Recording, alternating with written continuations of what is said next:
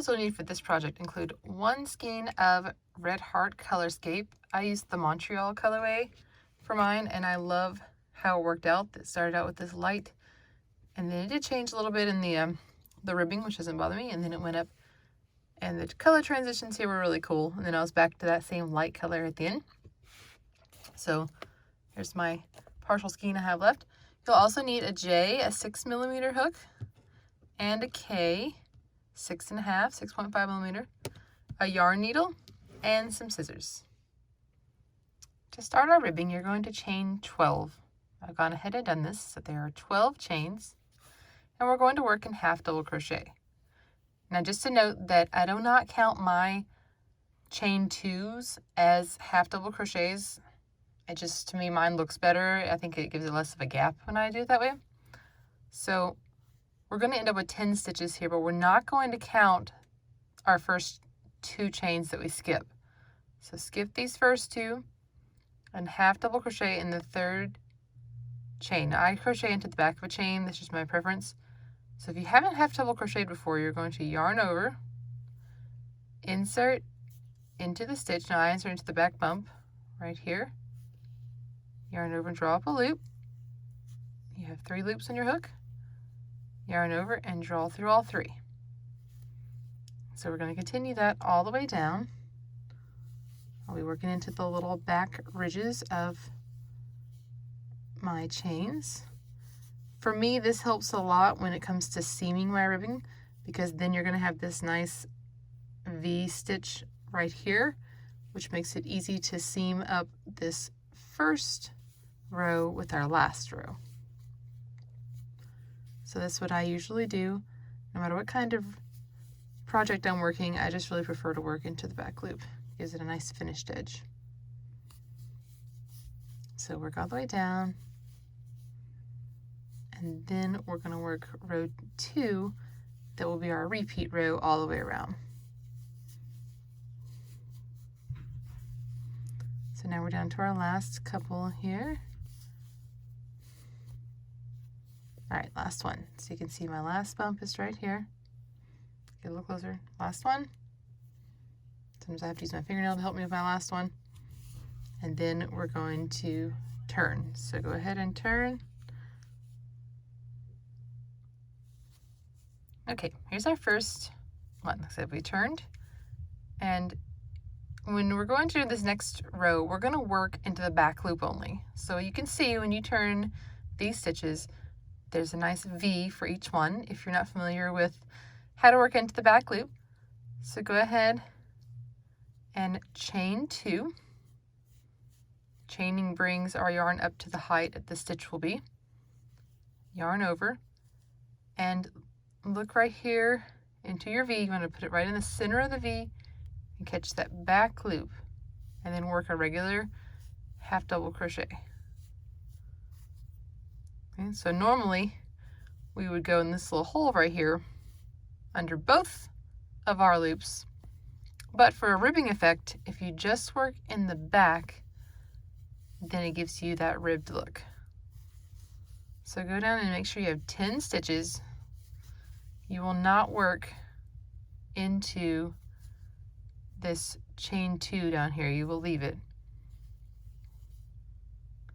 And you work all the way down. And when you get to the end, you turn and repeat. So it's a nice, easy 1 row repeat for the cuff. And then half double crochet makes up the rest of the mitt as well. Our little fingerless mitt here. All right. So I'm getting here near the end. And I honestly have not counted my stitches, so let's do that real fast. All right. We have 1, 2, 3, 4, 5, 6, 7, 8. All right, and 9. And 10. So right here is my chain 2. I am not going to work into that. And you'll turn, chain 2, and repeat, always working in just the back loop. And that gives you this look right here. So it gives you a nice ribbed Look. And so you're going to work in this pattern until your ribbing is about 6.5 inches when slightly stretched. So let's figure out how many rows it was for me. So I have 1, 2, 3, 4, 5, 6, 7, 8, 9, 10, 11, 12, 13, 14, 15, 16. So it took me 16. So still measure it. If you work 16 rows and then measure and see if you have the right 6.5 inches when slightly stretched, the right measurement, and then we'll come back and I'll show you how to work the body. So now that our 16 rounds are done, we're going to seam this up. So go ahead and get your 2 ends close together. And the way that I do this, I slip stitch into, of course it got really dark, but you split into the back loop only, and then you get the front loop only of the next. So you're only doing the innermost loops that touch each other. And just slip stitch. And then the next one to the 2 loops that are right next to each other. And all the way down. And this will be the inside, the wrong side of our mitten or glove, whatever you call it, the fingerless. This one looks a little tighter.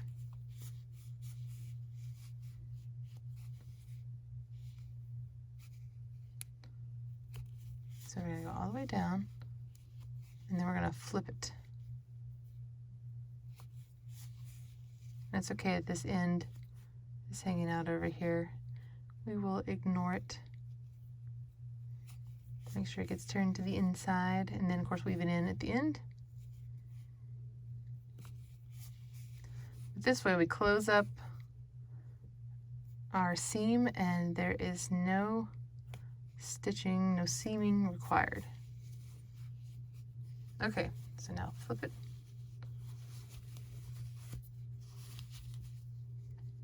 This one I'm going to slip into here. I don't like the way that looks. The other one did not do that. There we go. Mine really changed colors, and this one it didn't quite. I noticed that this one actually started with like a gray, which ended up being here, and well, I was too lazy to pull it all out and pull out to the next gray area. I was hoping it would match up nicely, but not exactly. So go ahead and get rid of your smaller hook. Get your larger one. This is my K, 6.5 millimeter. And to tuck this inside. There we go. And chain 2. Again, this does not count as a stitch. And we're going to work into the side of each row. So right here is where I like to work into this row, nice and thick. Half double crochet still. And then over here again, look for the really thick areas. And you're going to have 16 by the time you come around if you have 16 rows. If you ended up with a little bit more or less, then just adjust accordingly, but you want 16 stitches around. And when you come around here, you're just going to join with a slip stitch to the first, so skip your 2 chains. Okay, these 2 chains right here, skip those, and then half double in right here. Now, for the thumb shaping, right here, where you're going to shape this, you just work, you're going to follow the written pattern there. You'll work 2 half double crochet into the same stitch, and then work across a certain number of stitches. It's 1 and then 3, 5, and it keeps going like that, in odd increments, and then 2 half double in the next. So for the first one, I'll show you how to do that. You chain 2, and then you're going to half double 2 right here in the exact same space.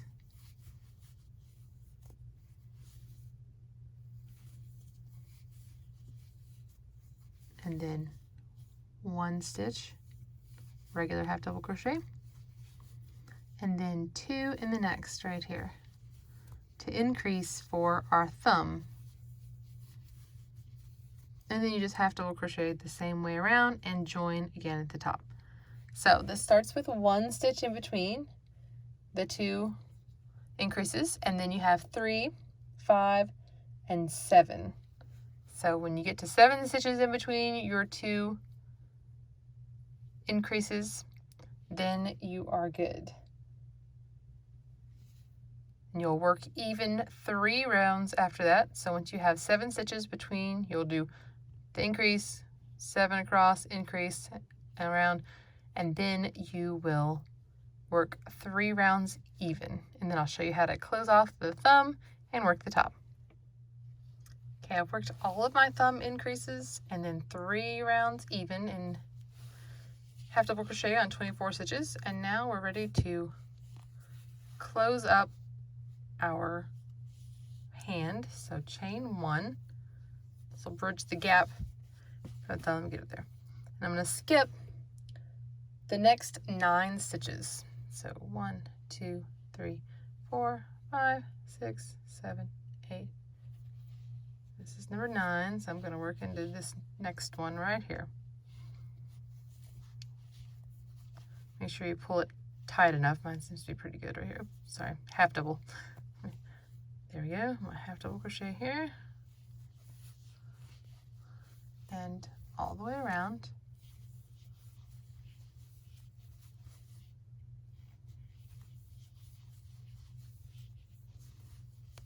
We should be back to 16 stitches once we're done.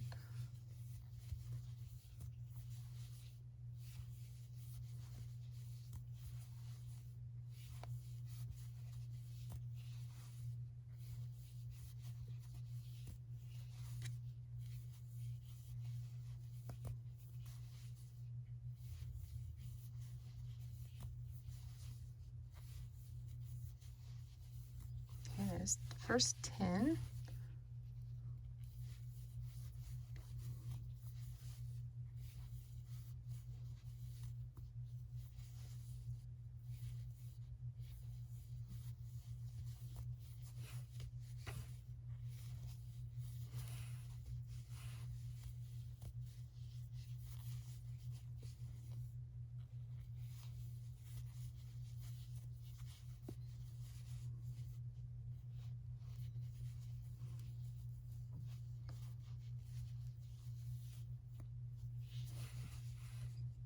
All right, and we're going to join over here to the first one with a slip stitch.